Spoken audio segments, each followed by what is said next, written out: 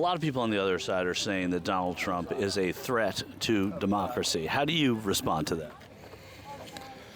The only threat I see is from the Democrats and not from the Republicans. It's pretty obvious to see that. I mean, they're spewing all their hate and hatred towards us, and we drink beer. And we drink beer. We don't lie, you know. We don't lie. So we do. So, so where do you think that comes from? And do you think that the rhetoric on both sides has gotten too hot?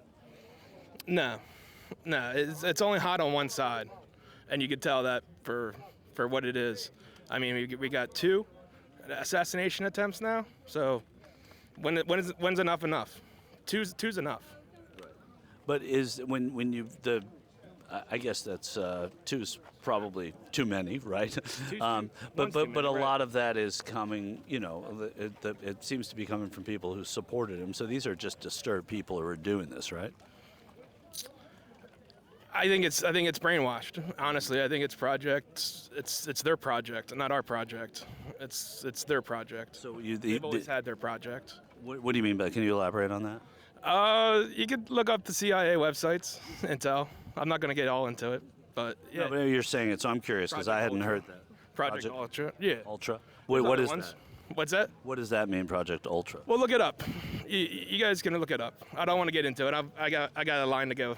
What do you like so much about Donald Trump? He stands for liberty, justice, America. And does Vice President Harris? No, none of it. She's a liar. And what, because on the other side, if I go to a Harris rally, they say he's a liar. They say that he wants to tear down democracy. They're the ones tearing down democracy. In what way? Even they didn't ever have a democratic process to elect her. I mean, they just anointed her and said all of a sudden she was tied to the $200,000 in the DNC. They had to get her. All the money was tied to her, so they had to put her in there somehow. The money was tied to her. People, when you go to Harris rallies, they say that Donald Trump is a threat to democracy. Answer them. Donald Trump is no threat to democracy, no more than he was when he was. Listen, we're talking about a person that's already been president. The world didn't come to an end. The United States didn't go to hell because he was president. We're talking about a person that's already been president. So all of that stuff is just rhetoric.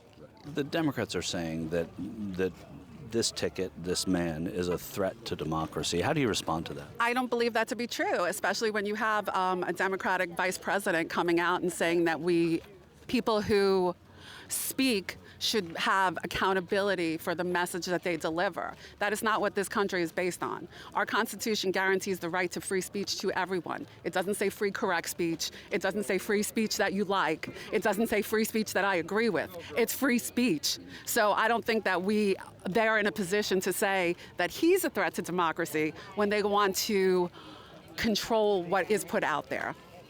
Threat to democracy. People are saying that Donald Trump is a threat to democracy. People on the other side. Tell them why you think he isn't, or if you agree. I do not think he is, as in he already was president before and our economy was flourishing. There's actually statistical proof on that. On the other side, people are going to say that Donald Trump's a threat to democracy. How do you respond to that? Well, I mean, I think it's convenient to say that and try to demonize him, but I think if he's anything but a threat to democracy, I think what the Democrats are doing, and they lean socialism, I think that's a threat to democracy. So, I guess it's how you frame the question, but I think he's the man that will save democracy, in my mind. That's my opinion. The other side is saying that a vote for Donald Trump endangers our democracy. How do you respond to that? Communists have been lying for as long as they've ever existed. That's the idea of accuse your opponent of what you're actually doing. And the idea that Trump is a threat to democracy, we already got 4 years of Trump. I had $1.96 gas. I could afford my home. I saw 4 years of Trump, and it was excellent in every way. So this idea that he's going to destroy democracy and put people away, and it's clearly completely untrue. And the idea that we are now watching Kamala,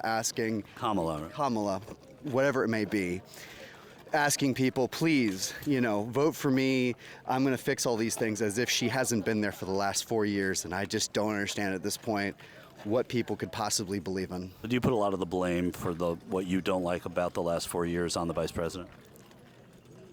You're all a part of the swamp. It's all a part of the deep state that are just simply self-congratulating each other. I think Biden is completely inept, as he was for the last 4 years. We showed that in July when we were debating a corpse.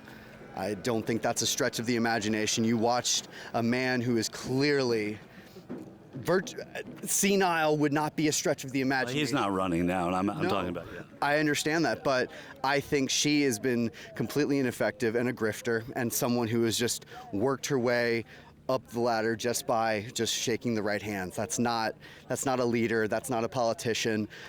Foreign governments look at her and laugh, and that terrifies me.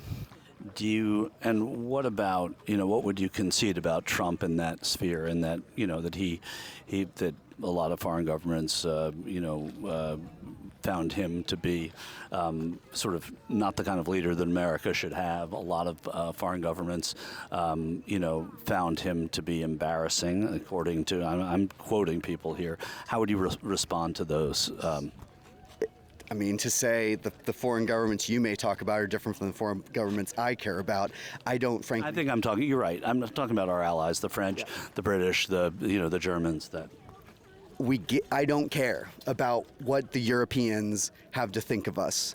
You're welcome for the freedom we have afforded you for the last 50 years, and all of the things and all of your enemies that would happily take over in China and in Russia, who would the BRICS nations would love to run the world, and America is the only thing standing in your way. So you're welcome, Europe.